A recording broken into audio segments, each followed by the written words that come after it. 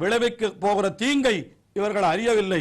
ஆயினாலே அவர்களை பார்த்து கேட்டீரே நம்பி மீர்கள், கேட்டீர்களோ, நான் சொல்லுவதை காது கொண்டு நீங்கள் கேட்டீர்களோ என்று அவரை பார்த்து கேளுங்கள் என்று சொல்லுகிறார்.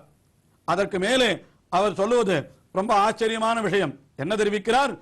கருடவாகனனும் நிற்க சேட்டை தன் மடியகத்து செல்வம் பார்த்திருக்கின்றீரே. இவர்கள் என்ன சொல்லுகிறார்கள்? நாங்கள் உயர்ந்த பலனை வேண்டாம் என்று சொல்லவில்லை.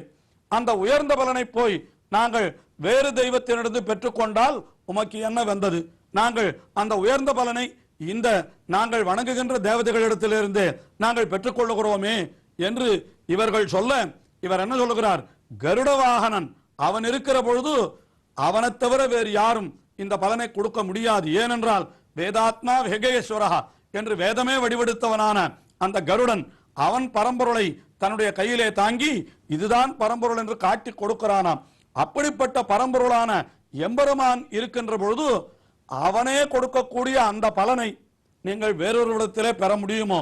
அவனே கீதையிலே தெரிவித்திருக்கிறான், மாமேவையே பிரபத்யந்தே மாயாமேதாம் தரந்திதே என்று. என்னையே இவர்கள் சரணமடைகிறார்களோ அவர்கள்தான் இந்த உலக சுழலில் இருந்து விடுபடுவார்கள் என்று தெரிவித்திருக்கிறான். ஆயினாலே அவனையே பற்ற வேண்டுமே தவிர மற்றொருவனை பற்றக்கூடாது. மற்றொருவனை பற்றினால் இவனிடத்திலிருந்து கிடைக்கக்கூடிய பலன் அவர்களிடத்திலிருந்து கிடைக்காது என்று தெரிவித்தார் கருடவாகனன் நிற்கா என்று.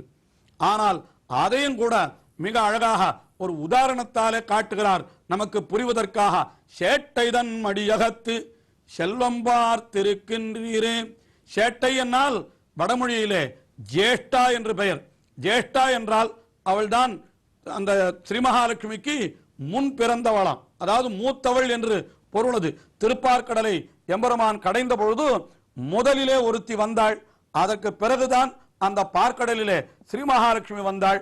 ஆகையினாலே அந்த ஸ்ரீ மகாலட்சுமிக்கு முதலிலே வந்தவள் இருக்காளே, அவள் எப்படிப்பட்டவள் என்னால் அவள் வறுமைக்கு அதிபதியாம், தாரித்திரியத்துக்கு அதிபதியாம் அவள். ஆகையினாலே அவளுக்கு என்ன பேருன்னா மூதேவி என்று பெயர், அதாவது மூத்த தேவி. ஆகையினாலே அவளை மூதேவி என்று சொல்லுகிறார்கள். ஆனால் இளையவள் இருக்காளே அவள் ஸ்ரீ மகாலட்சுமி, அவளுக்கு ஸ்ரீதேவி என்று பெயர். ஸ்ரீதேவியினிடத்திலே போனால் நமக்கு செல்வம் கிடைக்கும். செல்வம் வேண்டும் என்பவர்கள் ஸ்ரீதேவியினிடத்திலே ஸ்ரீ மகாலட்சுமியினிடத்திலே போய் கேட்க வேண்டுமே தவிர அவளுடைய தமக்கையான அந்த ஜேஷ்டா என்று சொல்லப்படுகின்ற மூதேவியினிடத்திலே போய் கேட்டால் அவர்களுக்கு செல்வத்திற்கு எதிர்ப்பதமான வறுமைதான் கிடைக்கும். அதைத்தான் இங்கே தெரிவிக்கிறார். சேட்டைதன் மடியகத்து செல்வம் பார்த்திருக்கின்றீரே. நீங்கள் எல்லாம் என்ன செய்கிறீர்கள்? மூதேவியினிடத்திலிருந்து செல்வத்தை எதிர்பார்ப்பது போல பிற அற்பமான தேவதைகளிடத்திலே போய் நீங்கள் உயர்ந்த பலனை, மோட்ச பலனை எதிர்பார்த்திருக்கிறீர்களே, உங்களுக்கு இது எப்படி கிடைக்கும்? நிச்சயமாக அதற்கு எதிரடையான பலன் தான் கிடைக்குமே தவிர உங்களுக்கு உயர்ந்த பலன் கிடைக்காது என்பது போல இப்படி நமக்கெல்லாம் உபதேசிக்கும் வண்ணமாக அந்த திருவரங்கம் காட்டினான். அவன்தான் கருட வாகனன். அவனையே நீங்கள் அடிபணியுங்கள், உயர்ந்த பலனை பெறுங்கள் என்று நமக்கு இந்த பாசுரத்திலே தெரிவிக்கிறார். இப்படி அவருடைய அனுபவம் இன்னமும் தொடர்கிறது. தொடர்ந்து அனுபவிப்போம்.